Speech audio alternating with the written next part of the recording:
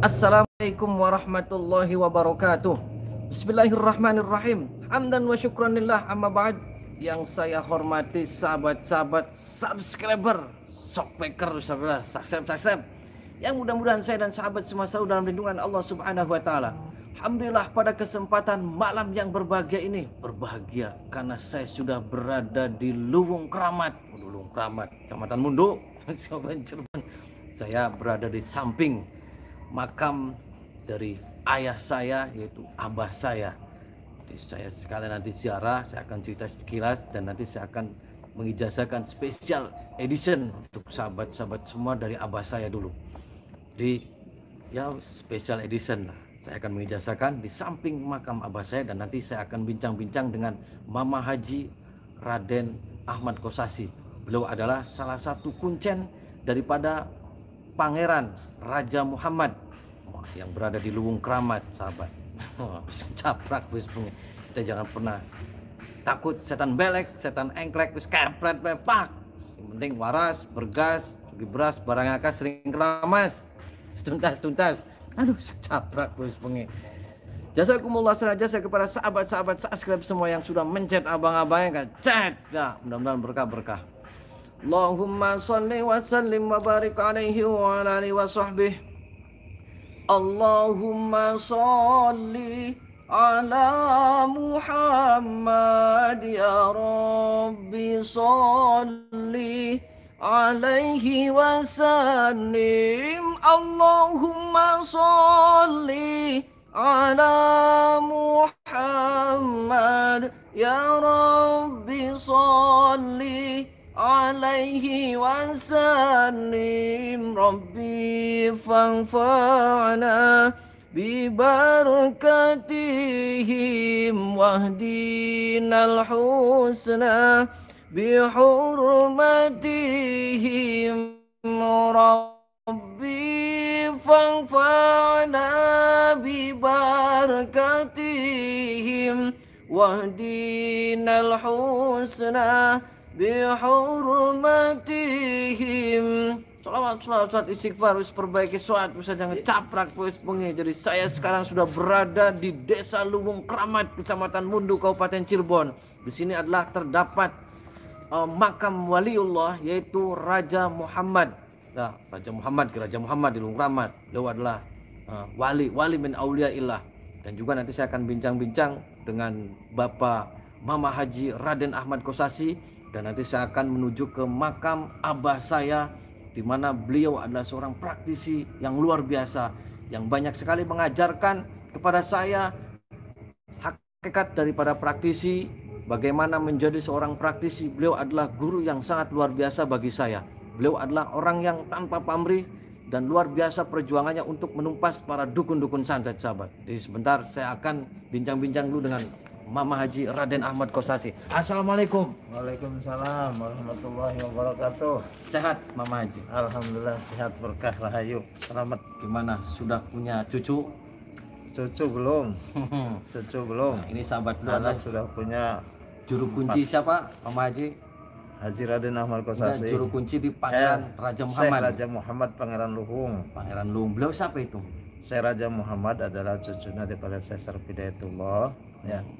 Cucu dari Tubagus Fase juga. Nah, Syekh Sarfidayatullah itu mempunyai anak yang nama Dewi Kaunganten. Kaunganten itu ditikah dengan Sultan Jakarta atau Jayakarta. Itu punya anak namanya Pangeran Muhammad. Nah, Pangeran Muhammad ini waktu masih menjelang remaja dia mempunyai ilmu-ilmu laduni yang sangat hebat sekali, sehingga dia meningkat dewasa, dia hijrah ke negeri Minang, ke daerah Minang. Di sana beliau mengembangkan Islam dan mengajarkan Islam, coba belajar di tokoh-tokoh masyarakat, sehingga beliau itu menjadi seorang guru besar, seorang ulama besar, sehingga dapat julukan Syekh Raja Muhammad. Tuh. Dari sana pertengahan abad ke-16 beliau itu hijrah lagi melalui lautan, kemudian sampai dia ke tanah Jawa, singgah di daerah Alas Mundu Pesisir.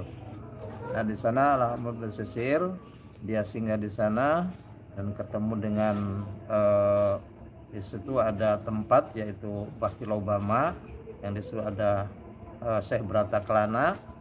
Dia singgah di sana, kemudian dia udah berapa bulan, berapa tahun dia hijrah lagi cari tempat yang sangat strategis, yang sangat indah gitu. Dia babat-babat alas, kemudian dia dapat di sebelah selatan Munduk pesisir, ya tepatnya di alas gitu ya. Nah kemudian dia udah temuan tempat yang sangat baik, dia bikin padepokan, dia bikin pesantren. Di sini dia ketemu dengan Putri Pangeran Cempaka.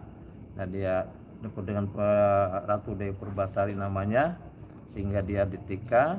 Kemudian dia punya anak dua, ya, kemudian namanya Pangeran Anom dengan Pangeran Mertasari. Nah di situ kemudian karena sangat padepokan itu sangat masyhur, sangat tinggi sekali dengan keilmuannya, kewaliannya oleh Syekh Syarif Hidayatullah Soan. Syekh Raja Muhammad itu diberi gelar Pangeran Luhung. Pangeran Luhung artinya luhung itu luhung ilmunya, luhung barokah karomahnya.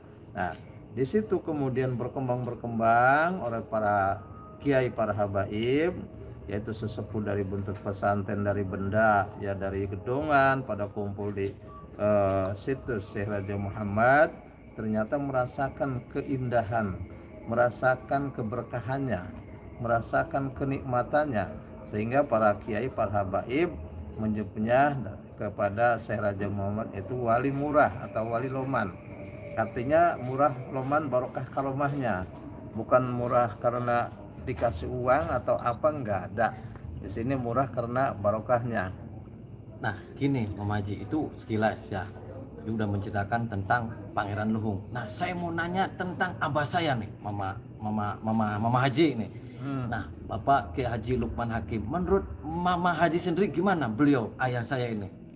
Ya menurut saya sih kalau Haji Mamak atau Lukmanul Hakim itu seorang tokoh yang di Luwung, seorang ulama di Luwung juga, jadi ya dipercaya oleh masyarakat yaitu untuk mengimami di Masjid Karomah Luwung. Nah, sebagai ulama, sebagai tokoh masyarakat dan dengan hubungan dengan orang tua saya yang sangat dekat karena keluarga, karena sahabat gitu ya, sehingga untuk memperjuangkan di Luwung itu yang sangat baik sekali. Nah, dulu pernah nggak ngobrol dengan abah saya? Pernah, Mama Haji nih?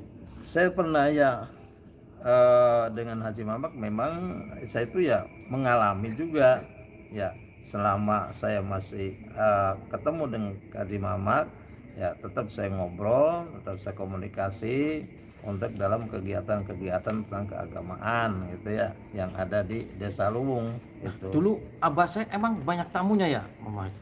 Sama Ya juga. memang Abah Haji Mamak itu ya sangat banyak tamunya ya, karena dia tuh mempunyai ilmu-ilmu yang dipercaya oleh masyarakat gitu ya, gitu. Dulu apa ada kata-kata yang sampai sekarang masih diingat sama Mama Haji nggak, dari abah saya atau bapak saya? Ada? Yang saya ingat itu ya oleh Pak Haji Mamak ya ke saya itu ya, suka bilang, suka nasihati, kamu kalau udah dewasa itu yang sabar, yang tawakal gitu ya, itu insya Allah banyak berkahnya. Itu sahabat, saya bincang-bincang sekilas dengan Mama Haji Ahmad Kosasi. Beliau adalah juru kunci dari Pangeran Raja Muhammad di Desa Luwung. Dan di sebelah ini juga terdapat makam daripada abah saya. Terima kasih Mama Haji atas bincang-bincang waktunya. Terima kasih ya, terima kasih. Ini sahabat, saya sudah, nanti saya akan ajak sahabat ke makam abah saya. Mangga, assalamualaikum Mama Haji. Ikutin saya sahabat. Itu adalah sekilas saya bincang-bincang dengan Mama Haji Ahmad Kosasi, juru kunci di sini, dan beliau ada ternyata mengenal abah saya juga. Nah, jadi saya akan menemui abah saya di sini.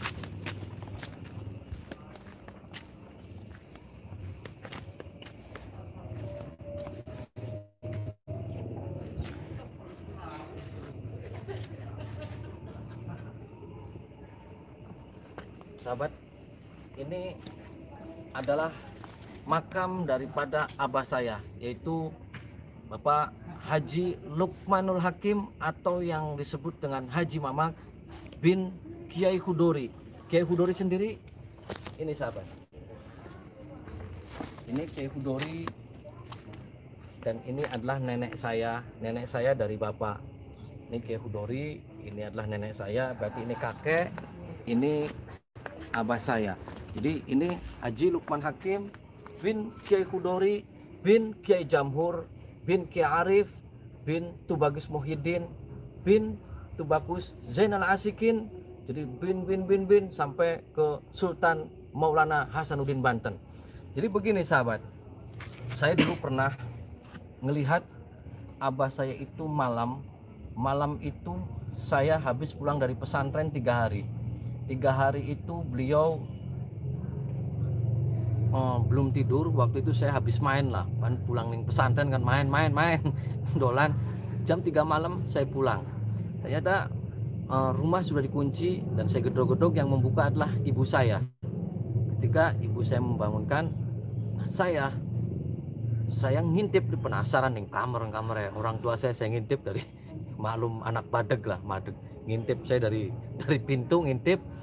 Ternyata saya melihat ada beberapa pusaka yang terbang dan abah saya itu lagi meditasi seperti ini, dan pusaka itu terbang pas berada di sini, yang arah nancepnya itu ke arah abah saya nancep. Dan abah saya waktu itu tidak menggunakan baju, akan tapi menggunakan sarung saja. Itu lagi tarung begini. Saya kaget, terus saya langsung lari. Saya terus keluar lagi ke rumah teman karena saya takut kan. Nah akhirnya saya seminggu kemudian saya ngomong, saya kemarin ngintip, saya bilang itu sebenarnya apa? Kok anak keris terbang gitu mau ngantem. Abah saya cuman mesem aja. Itu ada beberapa sekitar 50 dukun santet yang mencoba untuk menyerang dan menggunakannya benda-benda media yang seperti keris semuanya, yang kalau sampai tembus itu bisa nancep katanya. Waduh, luar biasa jadi gitu. Jadi saya begitu. Jadi abah saya bilang, udah nanti ketika meneruskan saya, abah saya sudah bilang begitu. Jadi abah saya bilang jangan pernah takut santet. Kenapa? Karena santet harus dilawan. Karena abah saya bilang seperti itu. Nah ada lagi yang kejadian unik sahabat. Saya waktu itu rumah saya tahun 2012 itu kebakaran. Kebakaran itu saya waktu itu sedih, saya nangis walaupun tidak di depan orang banyak.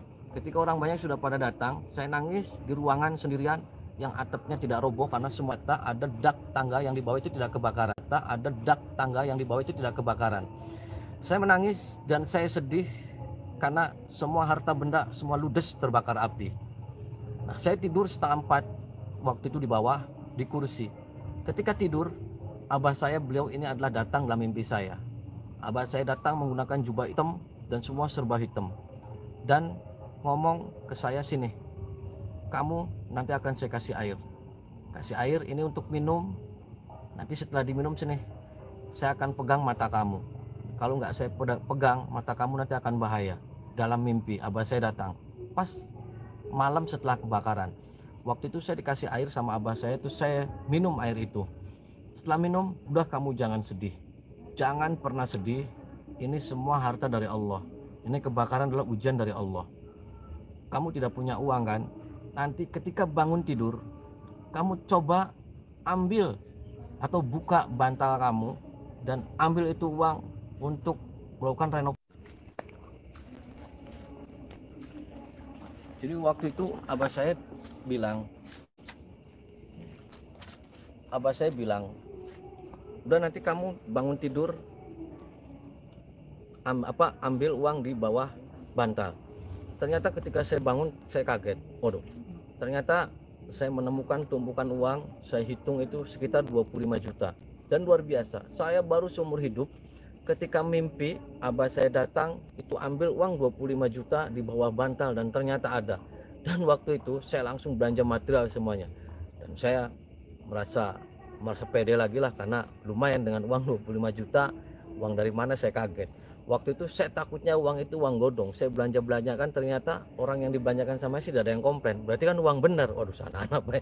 Tapi wallahu a'lam itu uang dari mana. Dan itu saya menceritakan mimpi dan itu yang terjadi. Dan juga ketika saya dalam keadaan kacau, kalau ada masalah, pasti abah saya datang dalam mimpi saya. Beliau selalu mengatakan, saya tidak pernah mati. Kamu kalau ada masalah datang ke kuburan dan cium maisan ini. Ketika mencium maisan ini, pasti saya akan datang dalam mimpi dan bahwasanya saya tidak pernah mati. Abah saya selalu bilang begitu. Makanya saya kalau kesini pasti langsung mencium maisannya seperti ini. Jadi saya ada ijazah ke sahabat-sahabat semua. Dan juga ini nyambung dengan saya yang diijazahi oleh Syekh Hisam Al-Kabbani. Beliau adalah salah seorang torekoh dari Amerika, California, yaitu Syekh Hisam Al-Kabbani. Waktu itu saya menemui beliau. Beliau juga sama, ketika kamu ada masalah, ketika kamu pengen sukses, datangi makam orang tua kamu selama 40 malam, dan cuma datang saja 40 malam, jangan pernah tinggal. Ketika itu sukses, maka kamu akan menjadi orang dan kamu akan diangkat derajatnya sama Allah. Dan itu nyambung dengan apa yang dikatakan abah saya, yaitu yang dikatakan Syekh Hisam Al-Kabbani dari Amerika. Jadi sangat luar biasa sahabat. Jadi sahabat, jangan pernah untuk terus mendatangi makam orang tua untuk memberikan doa, karena doa itu pasti akan nyampe pada orang-orang yang sudah meninggal. Jadi saya ijazahkan sahabat, ketika ada masalah apa, datangin kuburan orang tua, walaupun tidak bisa doa, tidak bisa, yang penting datang aja, datang hatta Fatihah. Alhamdulillahirabbil alamin arrahmanir rahim maliki yaumiddin iyyaka na'budu wa iyyaka nasta'in ihdinas siratal mustaqim siratal ladzina an'amta 'alaihim ghairil maghdubi 'alaihim waladdallin. Hanya Fatihah untuk orang yang sudah meninggal. Itu doa akan nyampe insyaallah. Jadi begitu. Dan juga saya akan memberikan sahabat bacaan, yaitu asyhadu an la ilaha illallah wa asyhadu anna muhammadar rasulullah, ya Allah ya hayyu ya qayyum ya qawiyyu ya matin. Itu dibaca ba'da sholat subuh. Setelah sholat subuh itu 1000 kali. Ketika sahabat rutin selama seminggu membaca itu juga saya dijazahi dari abah saya, maka semua permasalahan, semua hajat, semua cita-cita akan dikabul sama Allah insyaallah atas izin Allah. Jadi itu dibaca lagi, asyhadu an la ilaha illallah wa asyhadu anna muhammadar rasulullah, ya Allah ya hayyu ya qayyum ya qawiyyu ya matin. Dibacanya setelah subuh 1000 kali. Itu rutin terus 7 hari. Kalaupun nanti ketiduran, ulangin lagi dari awal. Jadi begitu sahabat. Inilah makam daripada beliau, itu Kiai Haji Lukmanul Hakim bin Kiai Khudori bin Kiai Jamhur bin Kiai Arif bin Tubagus Muhyiddin bin Tubagus Zainal Asikin. Jadi bin sekalian, yang penting Maulana Hasanuddin Banten itu aja, dan Syekh Syarif Hidayatullah. Jadi mudah-mudahan sahabat, saya dan sahabat semua kelak yaumul kiamah, yaumul mahsyar akan mendapat syafaatnya Rasulullah sallallahu alaihi wasallam. Jangan pernah takut santet, jangan pernah takut setan belek. Kepret terus dengan sholawat istighfar, dan selalu perbaiki sholat. Ketika sholat kita kurang baik, maka terus perbaiki. Ketika perbaikan sholat kita selalu diperbaiki, maka kehidupan kita akan insyaallah akan menjadi lebih baik lillahi rabbil alamin. Inilah sahabat, beliau adalah guru saya, orang tua saya. Sekaligus kalaupun saya ada masalah, pasti beliau hadir dalam mimpi-mimpi saya untuk memberikan solusi, memberikan apapun. Jadi beliau adalah menurut saya orang yang sangat luar biasa. Mudah-mudahan Allah mengampuni segala dosa-dosa beliau, dan juga mengampuni dosa-dosa saya, dan juga mengampuni dosa-dosa sahabat-sahabat semua. Sahabat yang saya hormati dan yang saya muliakan, jangan lupa terus baca asyhadu an la ilaha illallah wa asyhadu anna muhammadar rasulullah, ya Allah ya hayyu ya qayyum. Baca habis subuh 1000 kali. Mudah-mudahan hajat sahabat semua dikabul sama Allah. Jadi begitulah sahabat ceritanya. Jadi abah saya itu dulu emang sering perang dengan dukun santet ya. Jadi sekarang anaknya melon ngepret dipak. Jadi siapapun orang yang menyalahgunakan ilmu-ilmu dari Allah untuk mencelakakan orang, untuk membuat orang bangkrut, untuk membuat orang patah hati, untuk membuat orang sakit hati, untuk membuat orang terpuruk, maka akan berhadapan dengan saya. Siapapun itu yang selalu orang mengamalkan ilmunya untuk kejelekan-kejelekan, untuk menyalahkan orang, maka akan berhadapan dengan saya. Kalau tidak terima, ayo berhadapan dengan saya. Karena semua ilmu yang diberikan oleh Allah adalah ilmu untuk kebaikan, ilmu untuk menolong orang. Khairun nas anfa'uhum linnas. Ketika manusia itu untuk mencelakakan orang, ilmu yang dikasih oleh Allah, maka berhadapan dengan saya, sahabat. Serem ya. Jadi siapapun itu orangnya, kalau mempunyai kelebihan dari Allah untuk mencelakakan orang, untuk membangkrutkan orang, catat sekali lagi akan berhadapan dengan saya, Ujang Bustami. Ya, sahabat. Allahumma salli wa sallim wa barik alaihi wa ala alihi wa sahbihi. Allahumma salli ala Muhammad ya Rabbi salli alaihi wasallim. Allahumma salli ala Muhammad ya Rabbi salli alaihi wasallim. Rabbi fanfa'na bibarakatihim wahdinal husna bihurmatihim. Rabbi fanfa'na bibarakatihim wahdinal husna bihurmatihim. Dan sholawat ini sahabat, perlu sahabat ketahui bahwasanya sholawat ini adalah ijazah dari bapak saya sendiri. Waduh, baru tahu kan? Itu adalah sholawat saya yang selalu dibacakan. Beliau adalah yang mengijazahkan kepada saya, sahabat. Beliau, ayah saya, guru saya, dan semua bagi saya adalah satu-satunya yang bisa mendoakan saya dari sana agar anaknya menjadi anak yang soleh. Dan juga saya mendoakan mudah-mudahan abah saya, ya Allah, diampuni segala dosa-dosanya, diberikan husnul khotimah, dan ya Allah dijauhkan dari siksa kubur, ya Allah, dan diberikan sebaik-baiknya surga firdaus. Amin amin Allahumma amin. Wallahul muwaffiq ila aqwamit thoriq. Wassalamualaikum warahmatullahi wabarakatuh.